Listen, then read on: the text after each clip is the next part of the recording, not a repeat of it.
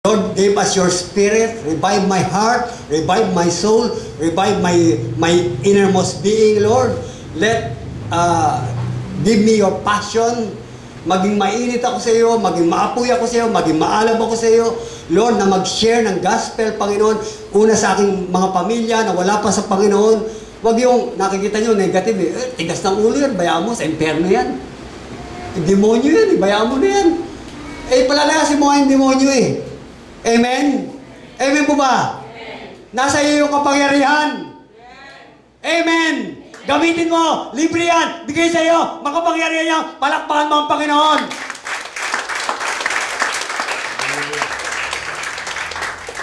Lay hands mo.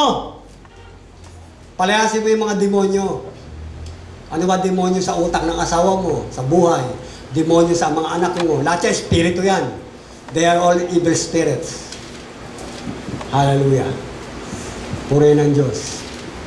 Okay, next. The power to transform. Okay, the power to do signs, wonders, and miracles. Hallelujah. Ang kapangyarihan para makagawa tayo ng tanda, kababalagan, at himala. Read Book of Acts. No, because Book of Acts is the book of Pentecost. The outpouring and the baptism of the Holy Spirit, the power of God. Amen? Amen po ba? Next, the power to have divine courage. The power of the Holy Spirit is the power to have divine courage. Para magkaroon ka ng banal na katapangan. Para magamit ang buhay mo ni Kristo. Para hindi ka mahiyain. Para hindi ka duwag. Amen? Amen po ba? Saan ka man naroon, matapang kang tinawag anak ng Diyos, lingkod ng Diyos, na mag-share ng katotohanan ng Ebanghelyo ng Panginoong Hesus. Amen! Amen po ba? Nag-share ka na ba sa pamilya mo? Nag-share ka na ba sa kasamba? In your work, in your company, wherever you are, in the market, in the school, wherever we are witnesses. Kaya ngayon, hindi ka makapag-witness. Mamaya, buksan mo piso mo. Magpe-pray tayo na bumaba rito ang apoy. Ang cloven tongues of fire and the rushing wind, the presence of God, the power of God, the Holy Spirit. Tanggapin mo, buksan mo ang puso mo. At kakapal ang mukha mo. Sabi mo katlo, kakapal ka. Kailangan mo maging makapal. Ang mga general makapal sa pagnanakaw, ikaw makapal ka kay Kristo. Diba kakapal nila? I use myself in crimination. So you must be cremate. Pagka nanonood ako sa Senate, makakapal ang mukha. Pero dapat higit tayong makapal ang mukha sa katotohanan. Amen! Ako makapal ang mukha ko. Basta kay Kristo. Dalantingin ko sa tao lahat, bulag! Bulag pa sila. They need healing. They need Jesus. They need the Holy Spirit. Amen! Hindi, makapal ang mukha natin sa maraming walang kakwenta-kwentang bagay. Dapat ang makapal ang mukha natin kay Kristo. Amen po ba? Minsan, makapal ang mukha natin. Makapal ang mukha magbiro, magsalita ng walang kakwenta-kwenta. Makapal ang mukha kung anumang mga ginagawa. Wag. Makapal ang mukha natin kay Kristo.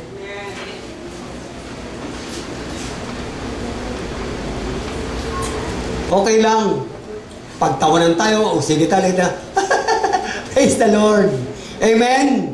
Amen po ba? That is the part of your calling. You will be persecuted, mocked. You will be rejected. It's okay. Amen? Amen po ba? Hallelujah.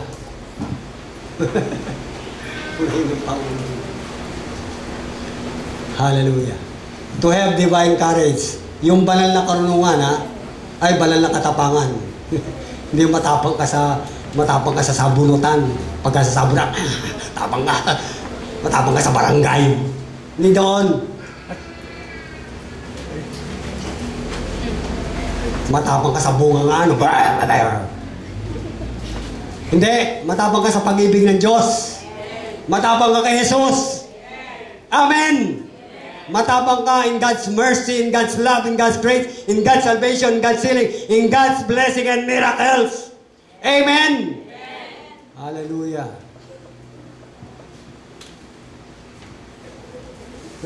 Natatawa nga ako sa akin. Kasi marami akong sineshare, naiinis sa akin. Oh, di ba kayo mainis? Huwag lang ako mainis sa inyo. Pag ako nainis sa inyo. Okay, next. Ano yung verse natin dyan? The power to have divine courage. Ito po yan.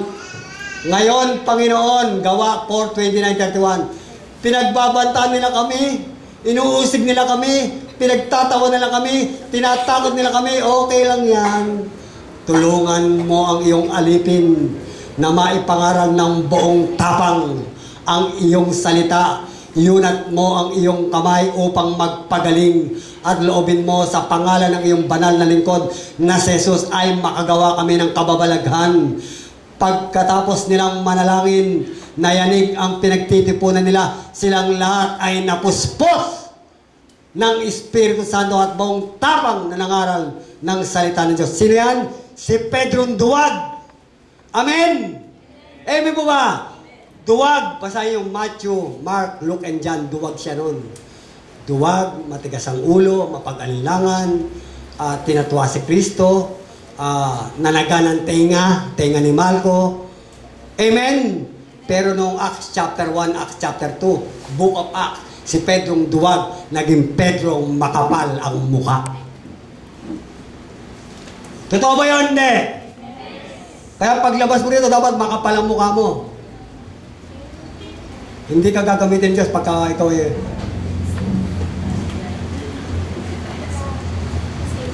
parang sisiw. Paglabas mo rito, anak ako ng Diyos. Tinawag ako ng Diyos. Gagamitin ako ng Diyos. May kapangyarihan ako ng Diyos.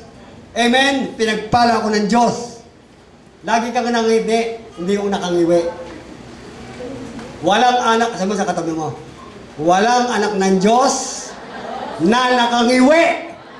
Laging nakangiti.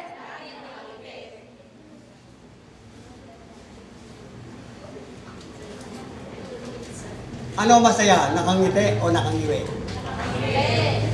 Baka ma-stroke ka.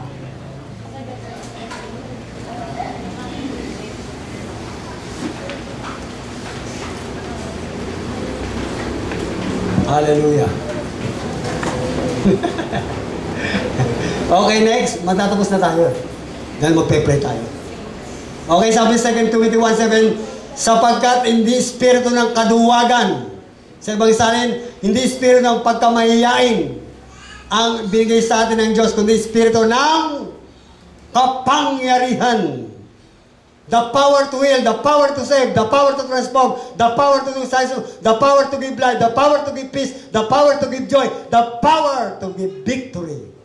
Power of all powers. Amen! Pag-ibig, kapangyarihan punong-puno ng pag-ibig at ng pagpipigil sa sarili. Hallelujah. Okay, next. Okay, last topic, the power to witness. Testify in the name of Jesus Christ. The power of the Holy Spirit is the only power to witness.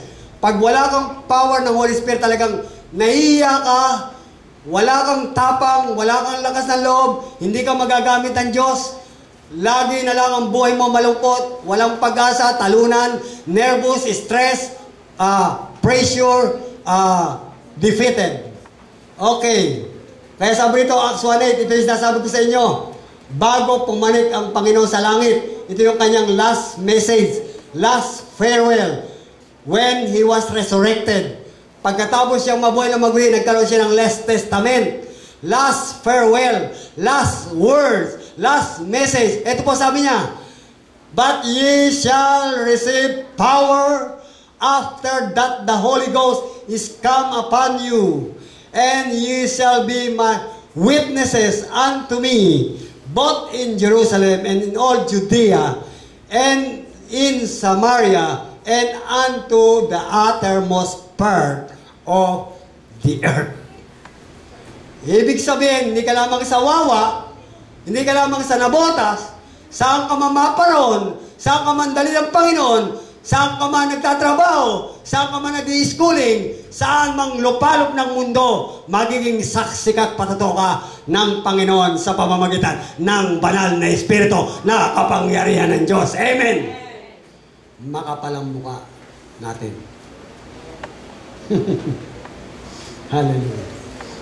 Okay. Saan ka maging witness? Next. Okay, yun. O, next. Okay. Kaya ka maging witness kasi yung Holy Spirit, yung fruit of the Holy Spirit. Kasi, pag wala kang pag-ibig ng bunga ng Espiritu, wala kang concern sa tao. Wala kang paki. Wala kang pagmamahal. Kasi ang buhay sa mundo, kanya-kanya.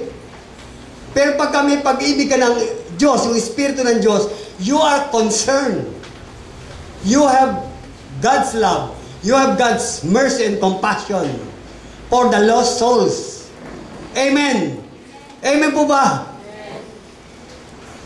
Maski may magandang bahayan, maski may magandang mga tinatawag na pamilyan, but they have no Jesus Christ, they are all poor and bankrupt, and especially, they are all spiritually blind.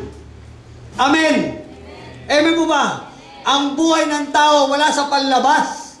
Ang buhay ng tao wala sa pera. Ang buhay ng tao wala sa pinag-aralan. Ang buhay ng tao wala sa kanyang nasa kanya, kundi nasa kay Kristo, ang Holy Spirit, ang kapangyarihan ng Diyos na buhay. Amen! Amen! Kaya paglabas niya dyan, daming bulag.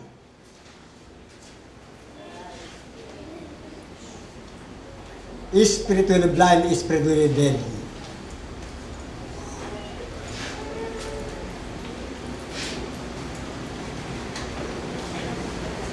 Tapos, kayo, ewan ko lang kung buhay kayo. Dapat linggo-linggo may dala-dala kayong kaluluwa eh. Wala, sarili nyo lang, hindi nyo madala. Wag na, una, pamilya. Saan kayo magpapatayo? Next? Kailan? Huwag tanggalin. Love. Magwi-witness ka pagka meron kang Holy Spirit, yung love of God, joy of God, peace of God, pagtitiis, long suffering, kaamuan, gentleness, goodness, kabutihan, faith, pananampalataya, meekness, kahinahunan, temperance, pagpipigil sa sarili. Against such there is no law. Pag nasa iyo yan, automatic yan, ano yan, meron yan driving force. Hindi ka mapapakali, nakikita mo yung mga sabi, kawawa naman itong tatay ko eh. Kawawa naman itong nanay ko eh. Walang Kristo. Kawawa itong members of family ko. Kawawa itong kapitbahay ko. Kawawa itong kaeskwela ko. Kawawa itong kaibigan ko. Kawawa itong katrabaho ko. Hindi kawawa yan dahil walang pera yan. Kawawa yan pag napunta yan ng impyerno. Yun ang kawawa. Amen? Tayo, mapalad na tayo. Ano ba mangyari? Doon tayo, diretso sa langit. Katulad ni Tatay Bert. Hallelujah. Araw-araw pagkagising mo, takot! Na nakakatakot! Di ba? Di ba? Kung wala pa sa Lord, malamang mandaluyong ka. Di ba marami? Ah. Hallelujah. Pero pagkait kay Lord, ang sabi nga, always give thanks to the Lord in any circumstances. Hallelujah. Magpasalamat. Hallelujah. Okay, punong-puno ka ng bunga ng Espiritu ng Diyos. Punong-puno ka ng pag-ibig, kagalakan, kapayapaan, pagtitiis, kabutihan, kainunan, pananampalataya, ng pagpipigil sa sarili. Pag hindi mo pipigil ang sarili mo, pag uwi ka ng bahay, malamang. Sabi nga kay Baby, sabi ko yun, we're praying to start our JCM chapter in Cavite.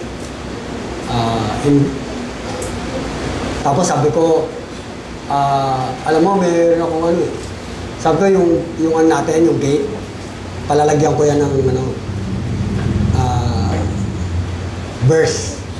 Yung isa, Mark 12:30, 31. Tapos yung isa, Matthew 7:12. Kabisado niyo yan? Ano? Mark 12:30, 31. Yun.